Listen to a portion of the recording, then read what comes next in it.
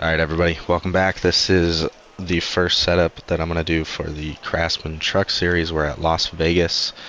I'll run a lap and then I'll talk about kind of the setup and how I would approach a race here.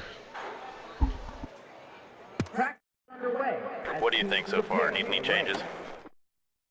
All right, nice and smooth here. Let's see what this thing can do.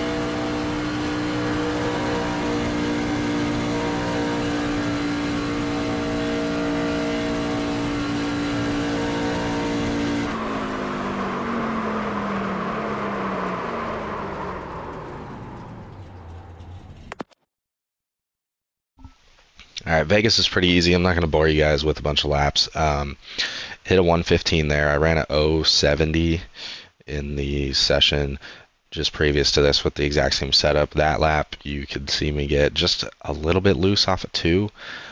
This game is kind of weird with wheel spin and how it affects the speed of the car. If you're loose, even if you're on the throttle, it's weird. It slows down your miles per hour, like pretty like a lot. So the faster guys on the game, they can hold the wheel coming off the corner, staying full throttle without the car slipping. Um, that's their kind of effort to try to get some realism in the game. I mean, it's cool, but